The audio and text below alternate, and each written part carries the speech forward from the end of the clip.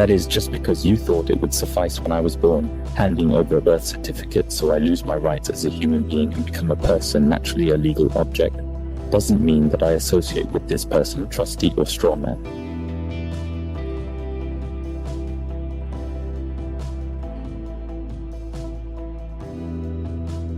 I am a human being, neither a legal nor a natural person, not an object, trustee or straw man, but a conscious living human. Or in other words, if I were to issue a declaration of life today and have it certified under oath, would I suddenly be alive again?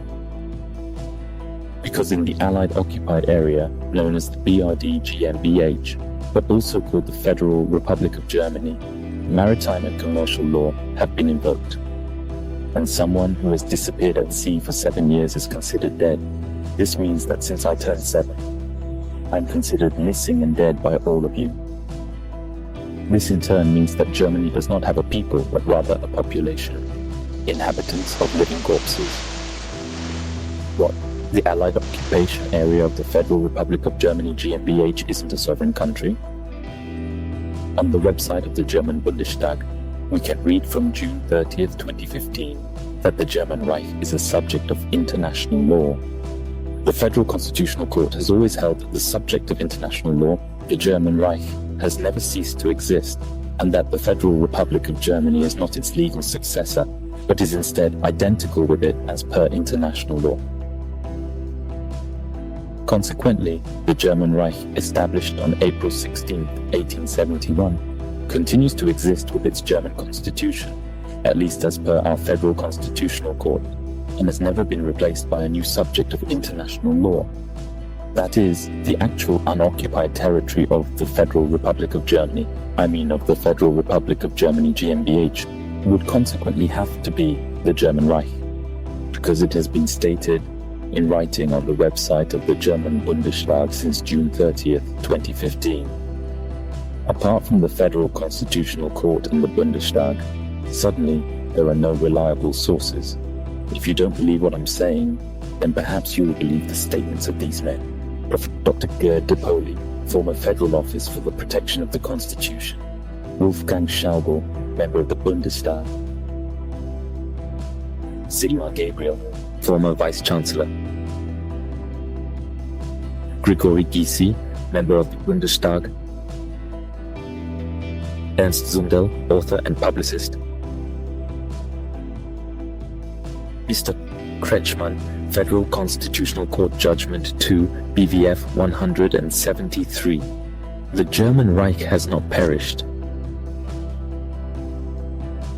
It continues to exist and has legal capacity, but as a total state, it is incapable of action due to a lack of organs.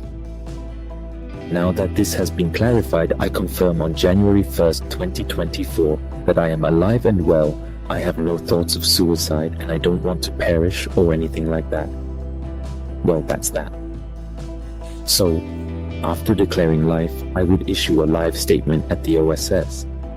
And just like that, it's legally effective, and I would once again be a living person in this world with its rights. But the question that burns in my soul is, who took this right away from me against my will?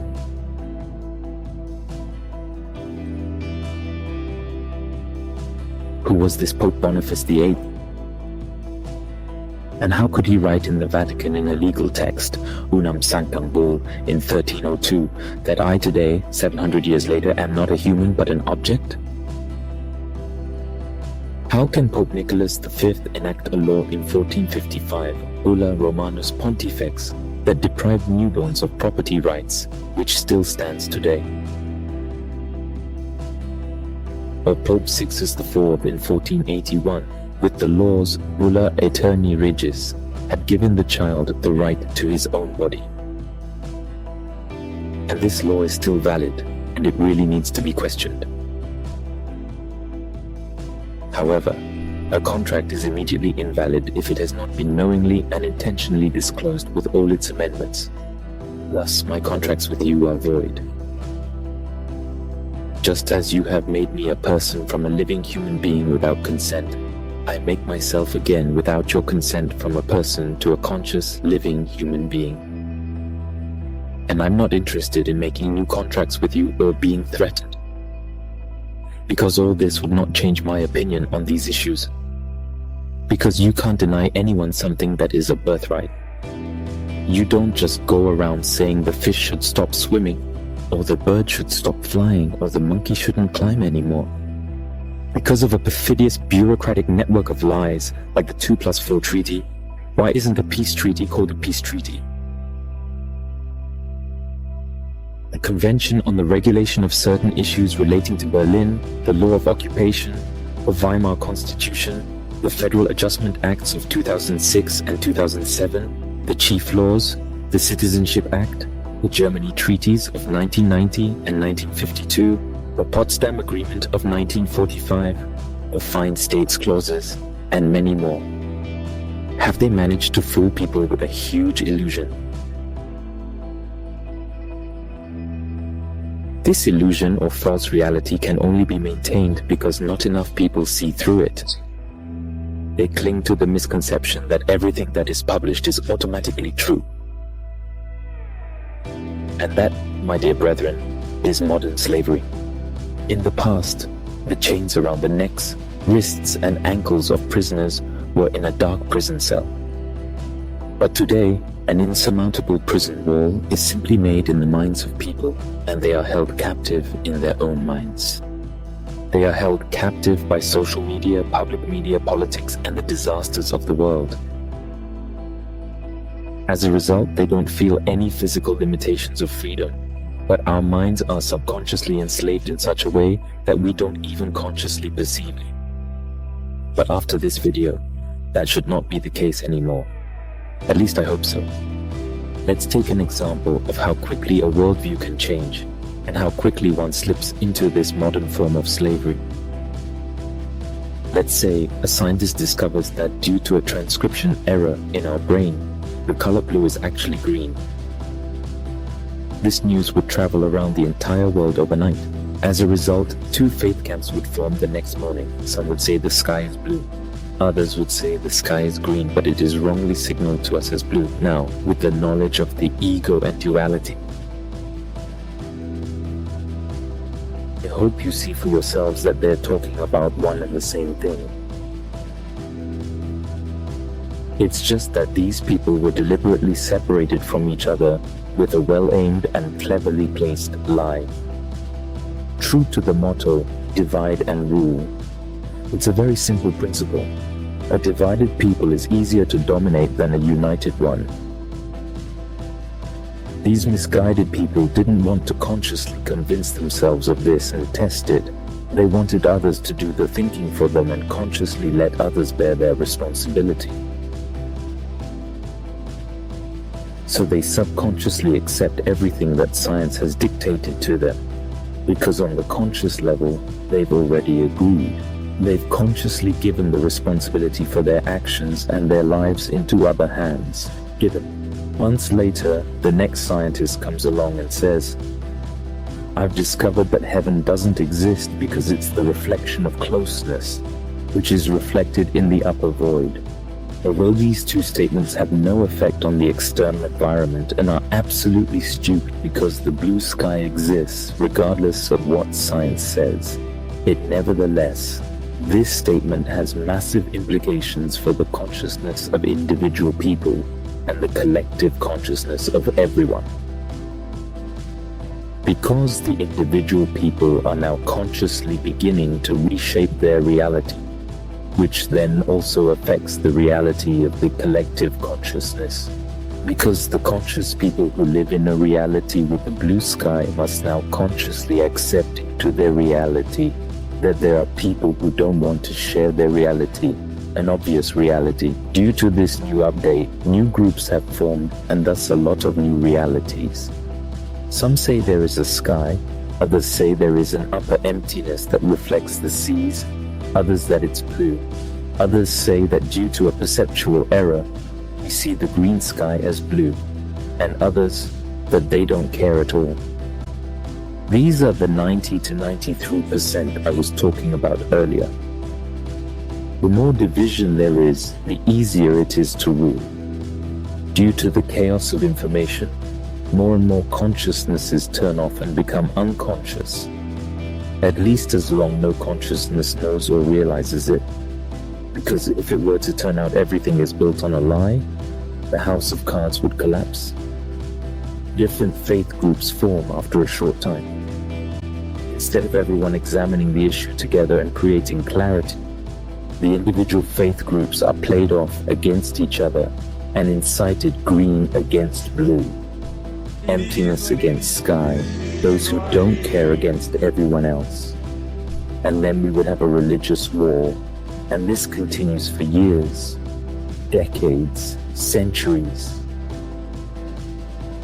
Over time, the popular belief becomes more and more established, until in the end, it's only a matter of faith, like this. The lack of a green sky or the emptiness above also symbolizes the lack of green seas, which in turn represents the emptiness of the cosmos. And they raise their children in this behavior, knowing that they will get used to all the masks and roles they are then forced to play. Until it reaches a critical mass and one of these misguided, ego-driven individuals takes a leadership position. And from then on, their false knowledge is used and passed off as truth, stating that the sky and the sea are green and do not exist, and the lies gain more and more space in this world, just like the evil with which the first steps were laid. Modern slavery, and so on and so forth. There are plenty of stories, books, and movies on such topics. With the knowledge of secret numbers, colors, symbols, and signs, I now wish you a lot of fun going through your old classics again. As always, there is a lot to discover. But how do they manage to keep the masses so submissive in this modern slavery that everything always goes according to their wishes? Here comes a very sophisticated dualistic tool into play, the Overton window. It is a method by which terms and concepts are exchanged or simply replaced with each other. Dark versus light. Evil equals good. The Antichrist is like the Redeemer. Blah blah blah. The only thing needed for the Overton window is effort, and a lot of time. Maybe a few centuries. Through mass media, social media, and modern marketing tricks, these terms and phenomena are being increasingly foisted upon the public consciousness, or even forced upon it. That makes it easy to let human morality sink lower and lower. From true solid values to barely tolerable actions to unacceptable behavior. And in the end, the immoral behavior slowly becomes normal, until ultimately it is secretly enshrined in the law, usually through a very insidious procedure called the omnibus procedure. In these procedures, draft laws are attached to other draft laws shortly before the vote. In such a way that these bills do not cause much of a stir in the public eye. But let me tell you one thing. I will be the first one to take to the streets when pedophilia, human sacrifice, and/or cannibalism become the norm. Our children are sacred. So you can think of the overturned window as a concept that can turn statements into the opposite, or rephrase them so they're supposed to have the same meaning as the exchanged word. That would be like suddenly turning my message of love, joy, and freedom into a message of hate, anger, and wrong in the mass media. Of course, it wouldn't be smart if I addressed and explained the overturned window beforehand.